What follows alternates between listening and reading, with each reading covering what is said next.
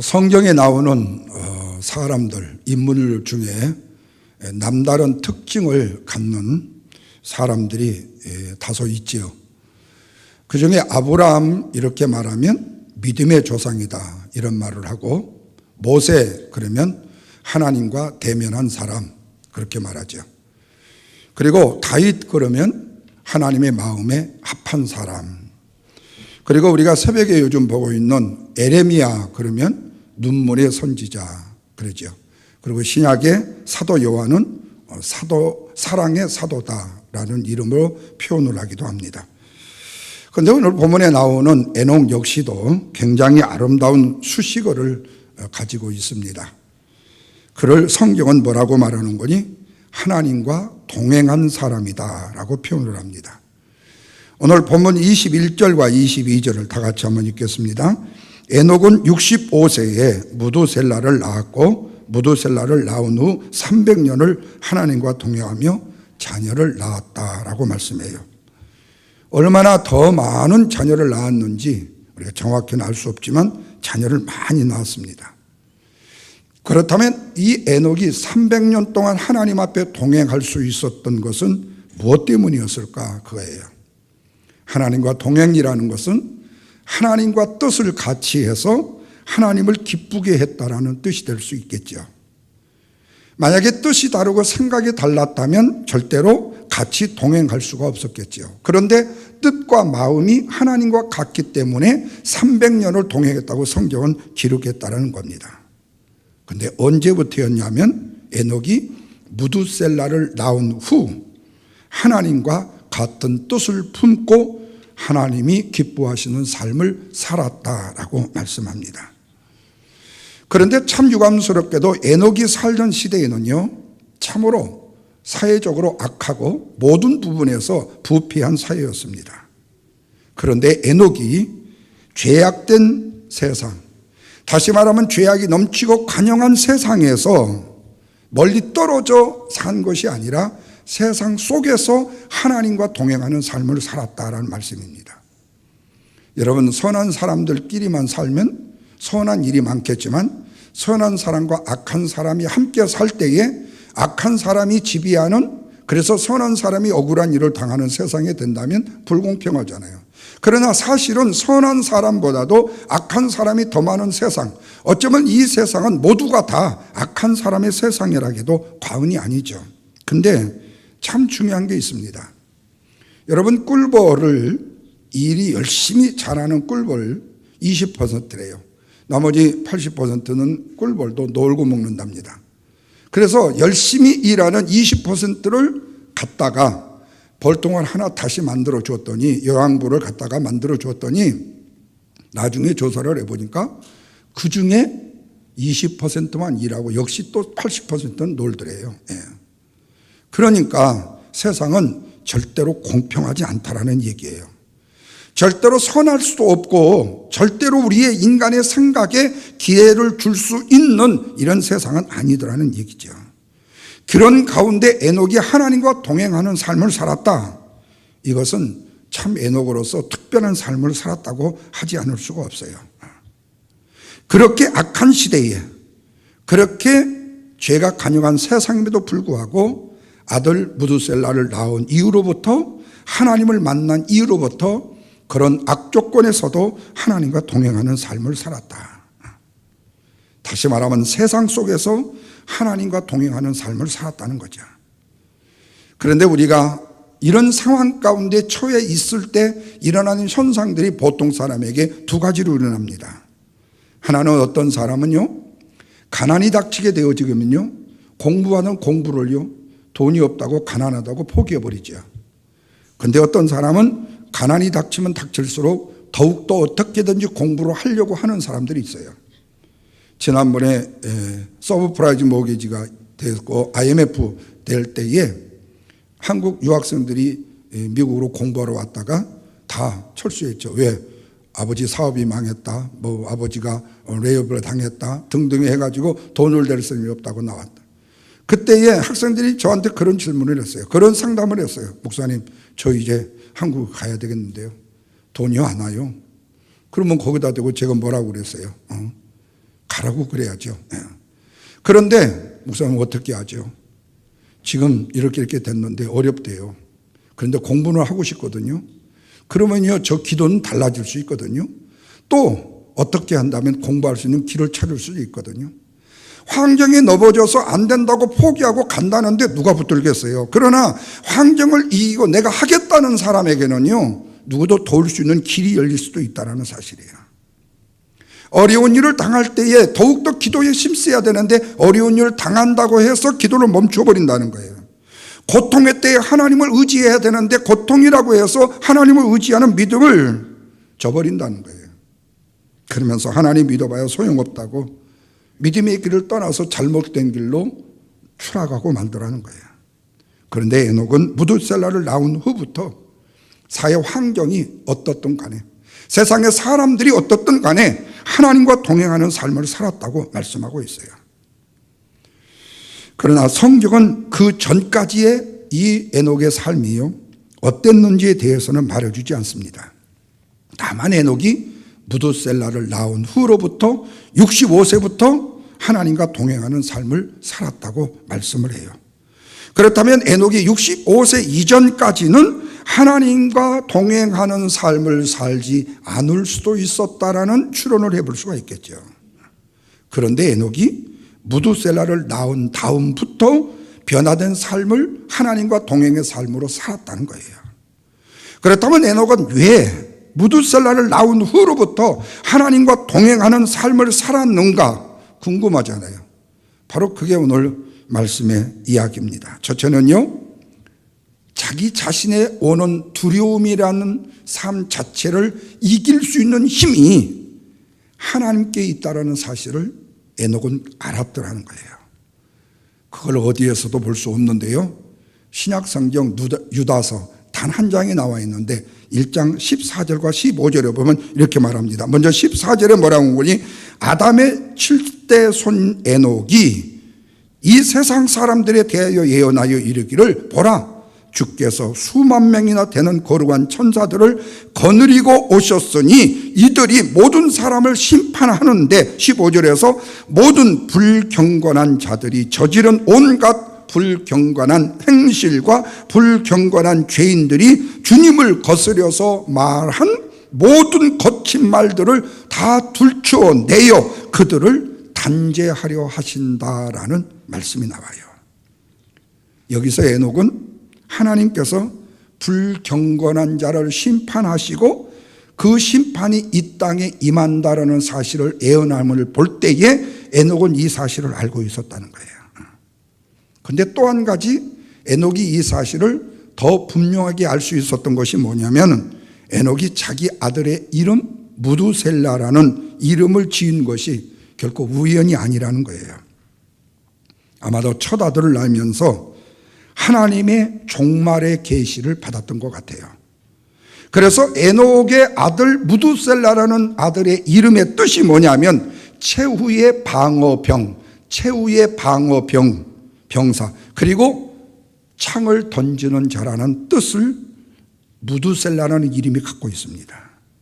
그런데 에녹이 그 무두셀라, 방어의 창이 되고 던지는 자의 창이 되어진 아들을 낳으면서 자신의 인생의 방향도 바꾸어서 종말을 준비하는 경건한 삶을 살기 시작했다는 말씀이에요.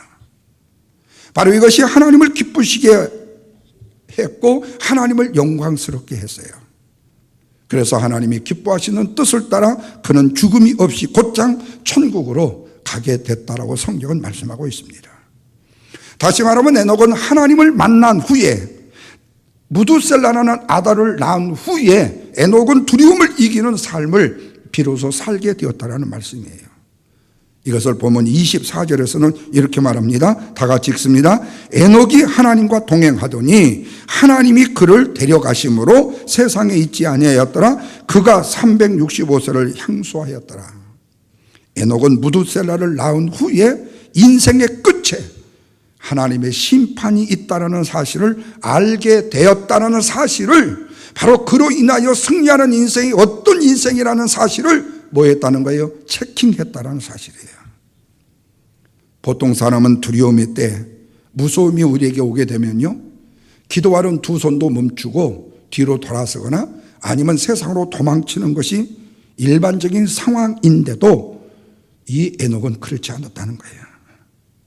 여기서 우리는 우리 자신이 지난 과거에 어떤 일에 있어서 승리를 했음에도 불구하고 지금 똑같은 그 일이 현재에 부딪혔을 때에 그 일을 내가 이길 수 있을까? 그 일을 물리칠 수 있을까? 하는 두려움이 생기는 그 이유가 어디 있는가 하는 거예요. 왜 이전에는 거뜬하게 이 문제를 이길 수가 있었어요. 그런데 지금 그 문제가 나한테 직면했을 때에 내가 그 문제를 이길 수 있을까라고 두려워하는 이유가 어디 있는가? 그것은 바로 그 문제를 과거와 지금의 똑같은 문제이지만 그 문제를 이기는 방법에 대한 오해 때문에 우리는 갈등을 느낀다는 거예요. 우리가 어떤 일에 대해서요, 하나님이 우리에게 그 일을 감당해라고 말씀한다거나 우리에게 어떤 일이 주어질 때 겸손하게 우리는 하나님 앞에 어떻게 기도하죠? 하나님, 나는 부족해요. 하나님이 나한테 힘을 주셔야 되고요, 하나님이 나한테 능력을 부어주셔야만이 내가 강한 자가 되어서 이 일을 할 수가 있어요. 그렇게 기도를 하고 그렇게 하나님 앞에 구하죠. 그런데 하나님이 정말로 강한 힘을 주어가지고 그 문제를 이겼어요. 그럴 때에 우리는 어떻게 말하냐면 강한 내가 싸움에서 승리했다, 이렇게 생각한다는 거예요.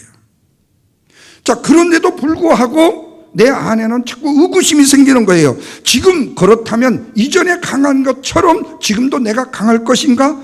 이전에 내가 능력이 있었던 것처럼 지금도 능력이 있는 사람인가? 하는 거예요.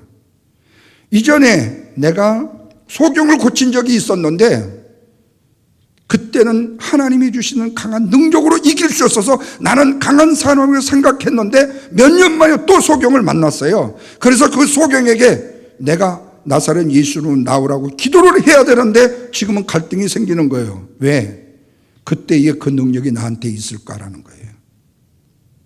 그러면 왜 그때는 강한 능력으로 이길 수 있었다라고 말을 했는데 지금은 왜 강한 능력이 나에게 있는지 없는지가 의구심이 생길까 하는 거예요.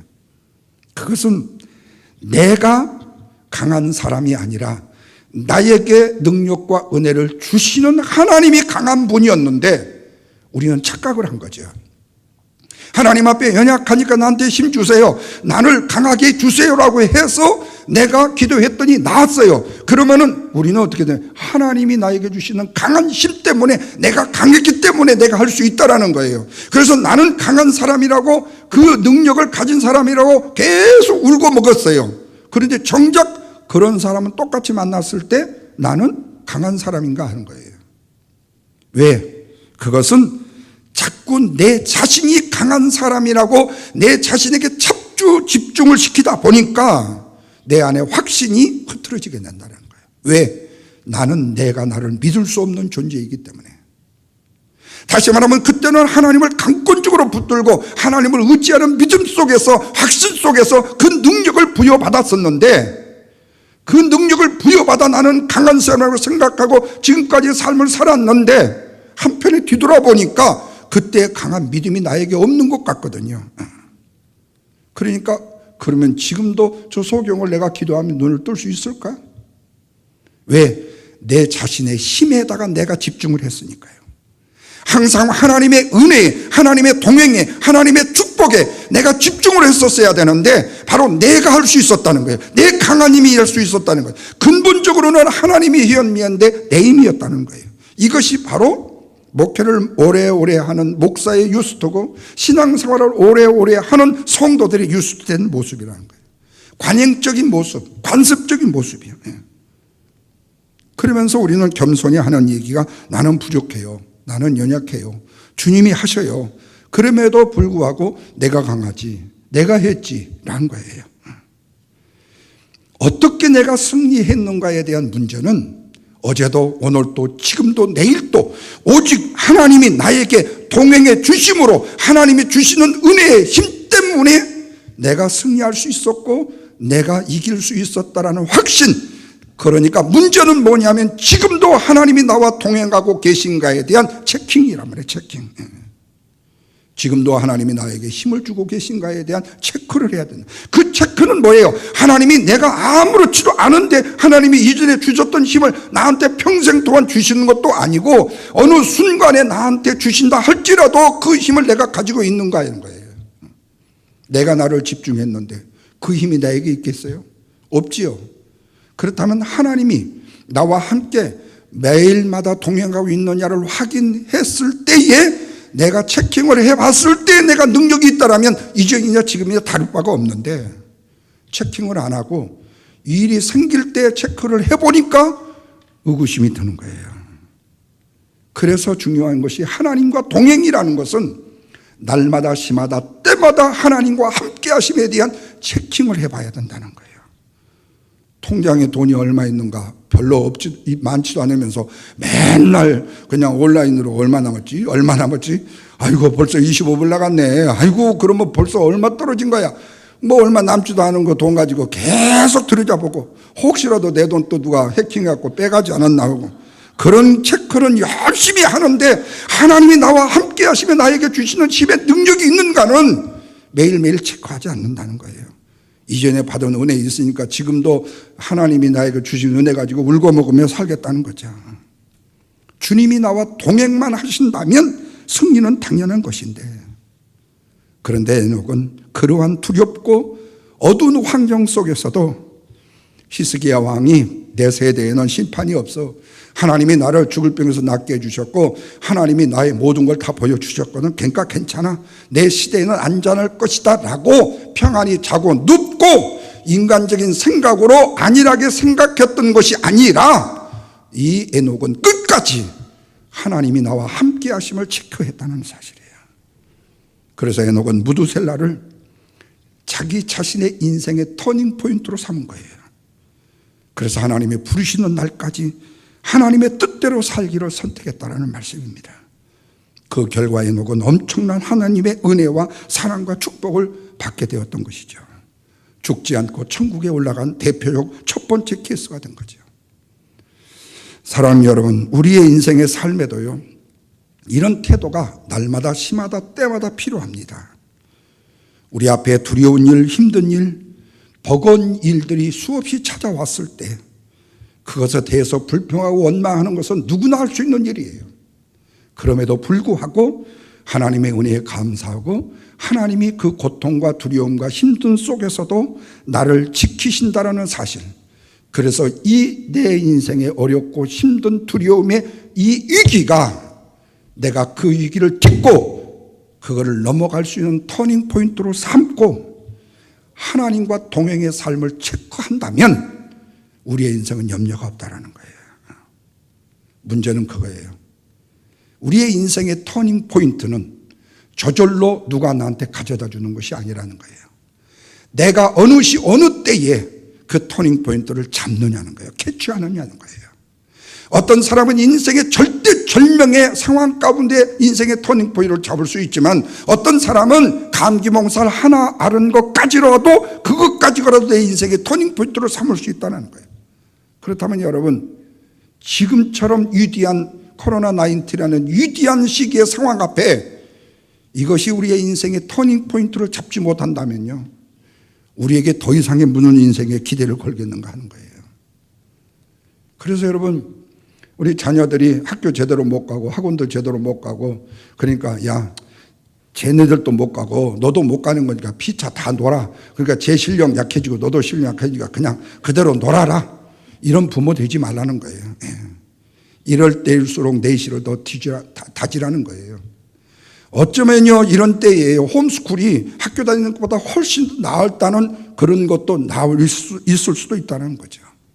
왜? 터닝 포인트는 절로절 나온 것이 아니기 때문에.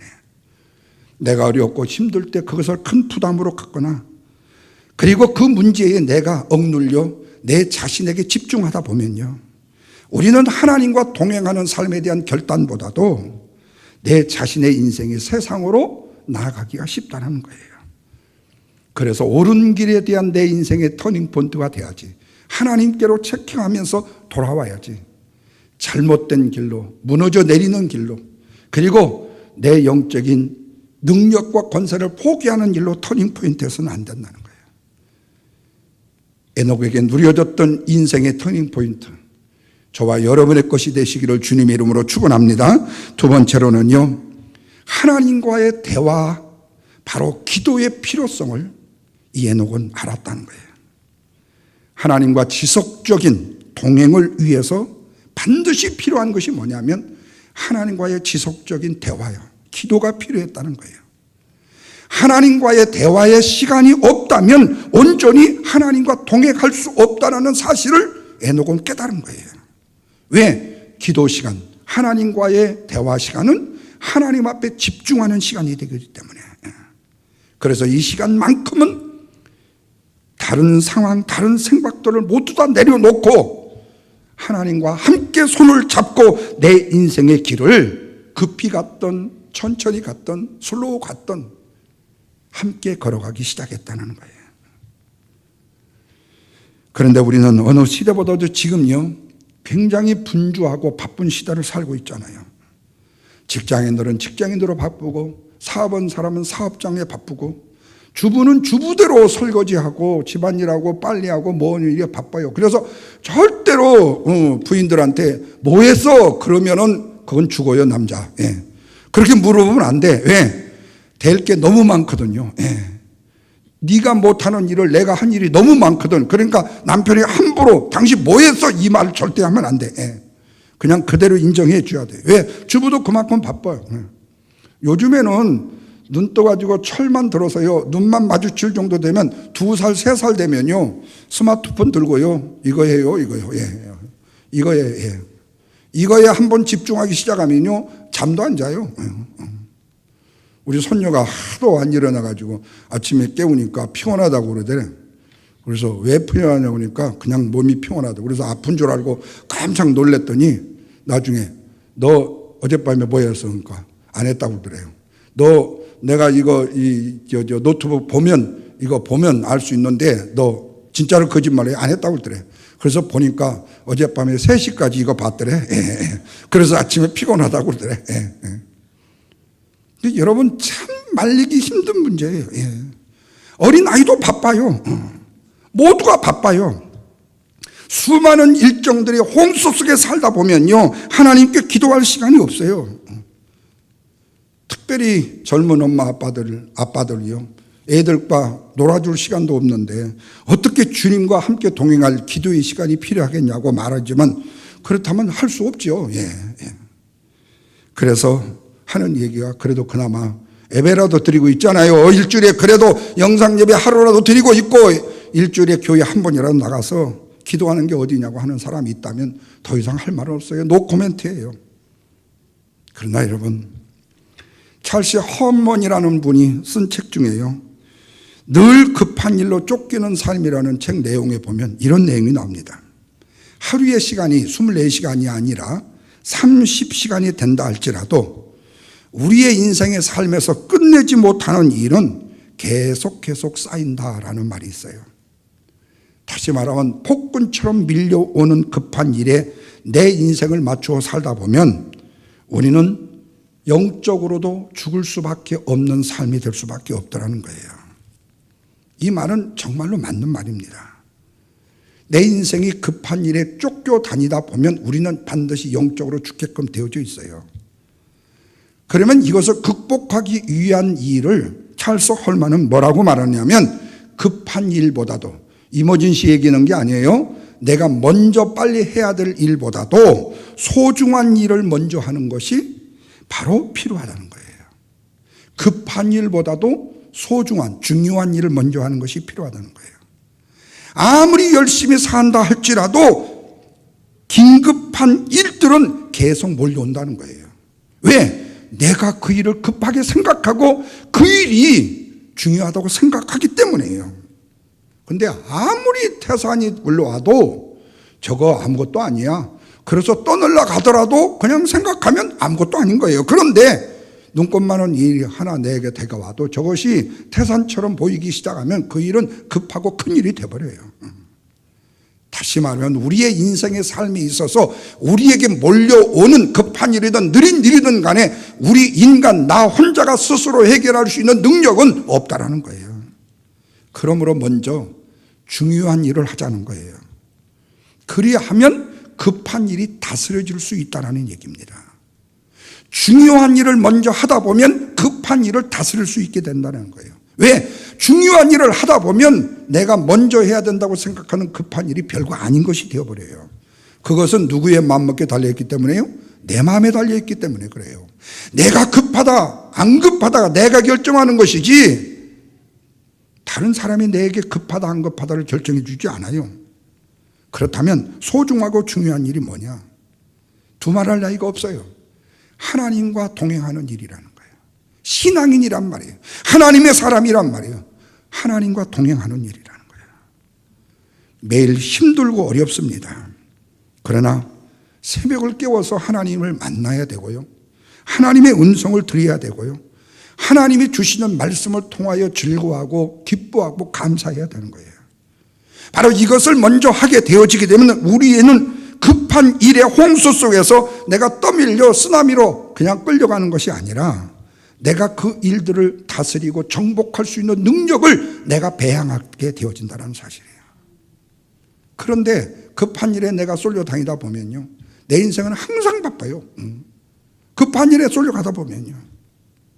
그래서 어떤 사람은요, 교회에서 열심히 봉사하고 헌신하는 것이 주님과 동행이라고 생각할 수도 있겠죠.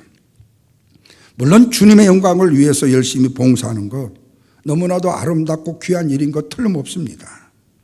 그러나 올바른 섬김이라는 것은 주님의 음성을 듣고 주님과 친밀한 사귐이 있는 다음에 이루어지는 일이 진정한 섬김이고 올바른 섬김이라는 거예요. 주님의 음성도 듣지 못하고 주님과 친밀한 사귐도 없음에도 내가 주의 일을 하고 있다는 사실은 주님의 뜻이 아니라 누구의 일이라고요? 내 일이라는 사실입니다. 다시 말하면 그로 인하여서 나는 주님을 위해서 열심히 일했는데 왜 내가 핍박을 받지? 내가 주님을 위해서 열심히 일했는데 왜 나는 축복을 못 받지? 라고 잘못된 우위를 범하게 된다는 사실입니다. 우리 주님은 요한복음 4장 34절에서 나의 양식은, 나를 위하는 아주 긴밀한 축복은 나를 보내신 그분의 뜻을 행하고 그분의 일을 이루려는 것이라 그랬어요. 하나님의 영광이라는 것은, 하나님의 거룩하신 뜻이라는 것은 하나님의 그 뜻을 우리가 알아서 체킹하는 거예요. 하나님이 무엇을 원하시는지, 무엇을 우리에게 요청하시는지를 내가 체크하고 알아가는 거예요. 재미있는 얘기가 있더라고요. 조선시대에 우리 서울이 한양이었잖아요. 어느 대감마님 집에 돌쇠라는 모습이 있었는데요. 하루는 대감마님이 돌쇠를 불렀어요. 돌쇠야, 이리 온나? 예, 너 오늘 제주 좀 다녀와야 되겠다. 아유, 제주도 갔다 오니까 너무너무 신난 거예요. 집에서 너무 답답하고 맨날 빗자루질만 했는데, 예, 알겠습니다. 그러면서 그냥 보따리를 지자마자 그냥 내동내기를 친 거예요. 산을 걸고 물 건너고 배를 타고 제주도에 가깝고 다녀왔어요. 그런데 집마당에 들어서는 순간에 이 대감마님이 소리를 치는 거예요. 애들아, 저놈 당장에 잡아서 매를 치라고요. 왜 그랬을 것 같아요? 제주도에 가서 뭐를 하라는 말은 듣지도 않고 제주도에 가라는 말만 듣고 그냥 주랭랑을 쳐버린 거예요. 그러니까 무슨 일을 하러 가라고 하는 말까지 듣고 가야 되는데 가라고 하는 말만 듣고 그냥 가버린 거예요. 주인이 무엇을 하라는 명령을 못 받았던 거예요. 그냥 다녀왔으니까 얻어맞는 길밖에 없죠. 여러분, 마치 오늘 우리가 하나님과 우리의 동행의 관계, 체킹의 관계가 그거예요. 하나님이 나에게 무엇을 원하시는지, 하나님이 나에게 원하시는 뜻이 무엇인지, 하나님의 음성이 나에게 어떻게 들려지는지에 상관이 없어요. 내가 이것을 하면 하나님의 영광을 위하는 일이고 이것이 하면 교회를 위하는 일이라고 내 생각과 내 관습과 내 습성대로 내가 하다 보면 결국에 그것은 하나님의 영광이 아닌 내 인간 자신의 우를 범하는 일이 되어지고 만다는 거예요. 영성학자 유진 피터슨이라는 분이 아주 조심스러운 얘기를 했어요. 목사들이 분주함으로 일하는 것은, 목사들이 굉장히 바쁘다고 일하는 것은 헌신의 표시가 아니라 배신의 표시다. 무서운 말이에요. 무슨 말입니까? 목사가 기도할 수 있는 시간도 없고 목사가 말씀을 묵상할 수 없을 정도로 바쁜 일이 많다면 그 목사는 하나님께 헌신하는 것이 아니라 하나님을 배반하는 행위라는 말씀이에요.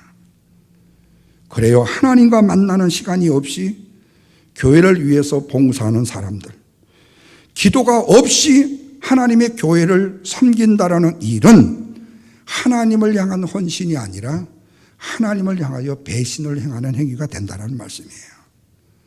열정과 열심이 소중하고 귀하고 아름답지 않다라는 얘기가 아닙니다.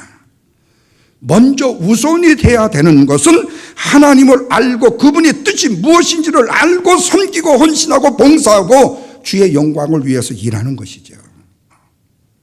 하나님이 무엇을 원하시는지도 모르고 체킹도 안 해보고 이기는 비결이 무엇인지도 모르고 내가 이것을 행하면 하나님이 기뻐하실 것이라고요. 여러분, 우리가 부모를 향하여서 효도하고 부모를 향해서 내가 부모님이 원하는 그 부분에 대해서 내가 알고 부모를 효도한다면요, 부모는 기뻐할 거예요. 부모는 전혀 원하지도 않는 일을 내가 효도라고 생각하면서 자꾸 들이밀면 부모는 괴롭고 슬픈 거예요. 근데 여러분, 오늘날 지도자라는 사람들이 이 위험에 가장 빠지기가 쉬워요. 특히 목사, 저 자신에게 하는 거예요. 나는 목사이기 때문에 이것에서는 면죄부가 되어지고 나는 목사이기 때문에 이 부분에서는 잘하고 있고 나는 목사이기 때문에 이 부분에서는 훌륭할 것이라는 착각이죠. 저는 요즘 새벽에 에레미야서를 보면서요, 정말로 내 자신의 모습을 더 뒤돌아보게 되어져요. 하나님이 성경에 되어진 사람을 뽑아가지고 세운 사람이 없더라고요. 그들이 영성으로 뛰어나고 세상을 뒤집어 볼 만한 영적인 권능과 능력이 먼저 가졌기 때문에 하나님이 그를 세워서 선지자로 뭘로 사용한 적이 없더라고요. 전부 다 하나님에 대해서는 일장무식이었어요. 아브라함이 하나님을 아는데 25년이 걸렸어요. 모세에게는 하나님께서 얼마나 가진 아양을 다 떨면서 설득하고 뭐를 기적을 보여주었고 간신히 모세를 들어 쓰잖아요. 얼마나 모세가 배짱을 많이 내버렸어요. 그런데 그가 그 일을 감당하면서 하나님을 알아가요. 그래도 그 사람들은 덜 억울해요. 그런데 선지자라는 사람들은요, 하나님이 말씀하신 예언의 내용에 대해서 예언을 하라고 했어요. 뒤지게 핍박만 당했어요. 한 번도 자기가 살아있을 때 그 일이 이루어진 적이 없어. 죽고 난 이후에 있었던 일이요. 그러니 여러분, 얼마나 억울하겠어요.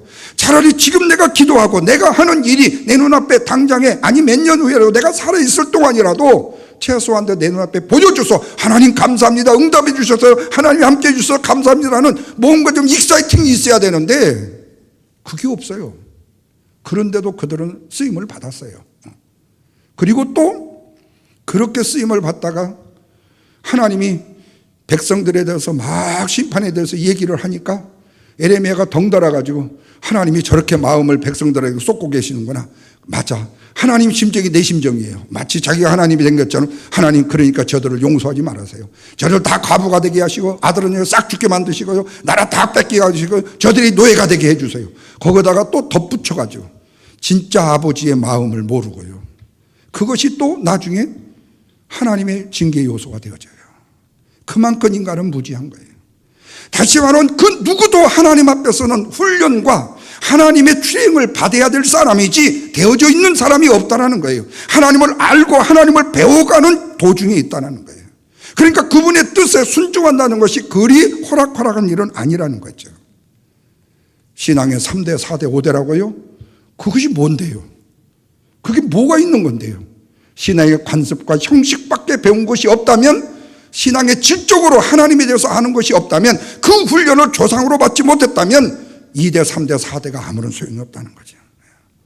내가 하나님을 알아야 되고 내가 하나님을 만나야 되고 내가 그 하나님의 훈련 속에 내가 거해서 하나님의 음성이 내 귀에 들려지고 하나님의 그 사랑이 내 가슴 속에 느껴지고 하나님의 그 열망이 내 행동과 삶 속에 실천이 되어지고 있는 거예요. 그분의 뜻에 순종하면서 그분의 일을 내가 감당하고 있는가를 체킹하는 것이라는 거예요. 에녹이 300년 동안 하나님과 동행을 하면서 하나님과 시마다 때마다 기도의 대화를 통해서 동행했기 때문에 에녹은 죽음을 보지 않고 하나님의 나라에 갈 수 있었던 은혜를 누릴 수 있었지 않은가. 그래서 헤녹이 하나님과의 기도의 대화가 필요성을 알았다는 거예요. 그로 인하여 그는 동행할 수 있었다는 거예요. 마지막으로요, 자신의 삶의 우선순위가 하나님과의 동행에 있다는 사실을 에녹은 알았던 것 같아요. 우리는 에녹처럼 하나님과 동행의 삶을 살려면요, 내 자신의 삶을 먼저 정비해야 돼요. 먼저는 지금 당장 해치워야 될 일들이 산더미처럼 나에게 지금 몰려왔고 그 일들이 내게 많다 할지라도 하나님과의 대화의 시간을 마련하라는 거예요. 바빠서 안 되는데요. 그러면 바쁘게 바빴는데 지금 맹장이 터졌어요. 바빠서 그러면 일 나가실 거예요? 일할 거예요? 다른 일 할 거예요? 맹장 수술하러 가야 될 거 아니에요. 하나님과 먼저 만나는 시간이 없이는요, 99%라고 얘기할 수밖에 없겠죠. 사실은 100% 패배할 수밖에 없다는 거예요. 우스갯소리로 목회자들이 하는 얘기가 이놈의 새벽기도는 누가 만들어가지고 이렇게 우리를 힘들게 하느냐고. 근데 그렇게 욕할 일이 아니에요. 교만한 얘기지만 새벽기도는요, 목사를 괴롭히는 일이 아니라 목사를 이롭게 하는 일이에요. 그거라도 없으면 언제 얼마만큼 기도할 거냐 이 말이에요. 저 역시요, 지금 현재 이 팬데믹 상태에서요, 집사람하고 저하고 지금 새벽기도 하잖아요. 토요일에 성도님 나오시고 또 간혹 주간에 잠 안 와가지고 그냥 한번 새벽 시간에 오신 분들도 있을 수 있지만 마냥 힘만 나고 즐겁고 감사하고 맨날 그러겠습니까? 힘들고 피곤하기도 하고요, 졸리기도 하고, 아이 피곤해서 하루 쉬고 싶은 생각이 왜 없겠어요. 근데 새벽 기도가 저를 살린다는 사실을 안다면 저는 포기할 수 없는 거예요. 내가 안 하면 죽는다는 사실을 깨우친다면요, 어떻게든지 해야 되는 거예요. 설령 강례상에서 사망하는 한이 있더라도 말이에요. 새벽 기도에 비록 다른 사람들이 많이 나오지 않는다 할지라도 저 자신을 위해서 해야 되는 것이 바로 저의 영적인 무기라는 거죠. 그 시간에 달콤한 침대에서요, 누워가지고 우리가 그냥 잠만 잔다고 해서 이 험난한 세대를 이기고 어떻게 승리할 수 있겠냐 그 말이에요. 근데 사실 이건요, 목회자뿐만 아니라 교회 직분자들도 같습니다. 좀 죄송한 말 같지만요, 기도 없는 사역은요, 주님이 기뻐하시는 사역이 되어줄 수가 없어요. 기도 없이 하나님과 교회를 섬긴다면요, 그것은 주님을 위하고 주님의 교회를 위하는 일이 아니라 자기 자신만을 위하는 일이 될 수밖에 없다는 거예요. 이 사실을 잊지 않고 달콤한 아침잠에서 깨어서 새벽을 깨우셔야 돼요. 열심히 봉사와 헌신을 하다가 문제가 생기고 어려움이 닥치기도 한데 기도 없이 어려움을 당한다면 우리는 어찌하겠어요. 물론 우리가 기도하는 중에도 우리의 기도에 미치지 못할 경우가 있어서 내가 분통도 터지고 기분도 안 좋고 열이 날 수도 있겠죠. 그러나 깨달아지는 것은 바로 그거예요. 내가 저분들을 위해서 더 많이 기도하지 못했다. 내 기도가 약했구나. 이게 사실은 사실이에요. 이게요. 이것이 바로 오늘 우리의 자신이 볼 수 있는 일이에요. 그렇기 때문에 중요한 것은 하루도 겨룰 수 없지만 하나님과 이 교제의 시간을 잘 지키기 위해서 내 인생의 재설계가 필요하다는 거예요. 재정비가 필요하다는 거예요. 불필요한 일들을 가지치기 해야 된다는 거예요. 생활의 정비가 필요하다는 거예요. 말씀을 읽고 말씀을 묵상하기 위해서 다른 시간들, 필요 없는 시간들을 정비해야 되는 거고요. 이 세상의 영적인 전투라고 하는데 하나님 앞에 나가는 시간, 하나님과 대화의 기도의 시간을 갖지 못하고 우리가 결코 승리할 수 있다고 말할 수가 있겠는가 그거예요. 여러분, 여호수아의 인도 아래서요, 이스라엘 백성들이 가나안을 침공하잖아요. 가나안을 들어가잖아요. 수없는 전쟁을 치릅니다. 실제로 여호수아의 군대가요, 아이성 전투 외에 피한 적이 없습니다. 26개 성, 여리고성 이후 아이성 패배한 그 이후로부터 26개를 연거푸 전부 다 승리를 거둡니다. 그런데 이상한 건 성경을 보면요, 한 성을 무너뜨리고 승리할 때마다 하나님께서 그들을 그 성전지에 머무르거나 더 이상 가지 못하게 하고 다시 길갈로 불러들입니다. 그래서 재정비를 하도록 만들어요. 싸움에서 승리했으면 그 여선을 몰아가지고 그냥 진격 북진해야 되는 거 아니에요? 그런데 하나님이 왜 길갈로 다시 돌아오라 하시는가? 그것은 한 번의 승리 이후 때마다 이전 아이성에서 패배하고 그리고 승리한 다음에 여리고에서 승리한 후에 승리의 기념비가 어디에 세워졌죠? 바로 요단강 길갈에 세워졌어요. 거기에 다시 돌아오라는 것은 하나님이 너희들과 함께 하셨다는 너희의 정체성을 다시 확인하고 내 자신들을 애굽에서 인도해 주신 하나님의 은혜의 능력을 되새기게 하기 위해서 그들이 육적인 휴식뿐만 아니라 영적인 재충전을 받게 하시려고 다시 길갈로 풀어드린다는 거예요. 이것이 바로 오늘 우리의 영적인 점검, 영적인 체크예요. 한 가지 일이 잘 됐다고 해서 그냥 무조건 계속 간다고 해서 이기는 것이 아니라는 거예요. 그 일로 계속 갈 때 나에게 너무 집중됐기 때문에 그건 실패할 가능성이 많고 그것은 바로 나에게 두려움이 될 수밖에 없다는 거죠. 사랑하는 여러분, 하나님의 백성으로서 하나님과의 동행은요, 의무를 넘어선 필수입니다. 그런데 그 필수를 감당하는 데 있어서 때로는 마음이 흔들릴 때도 있잖아요. 그게 뭐냐면 내가 그 결과와 결실의 열매를 내가 거둬야 한다고 생각하기 때문에 그랬죠.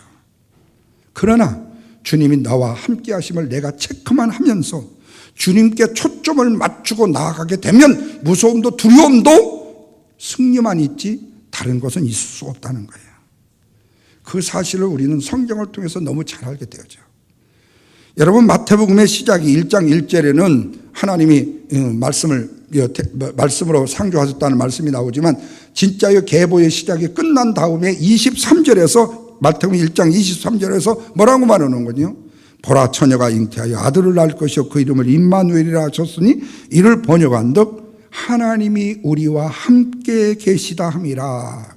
하나님이 우리와 함께 계시다 함이라 라고 시작해요.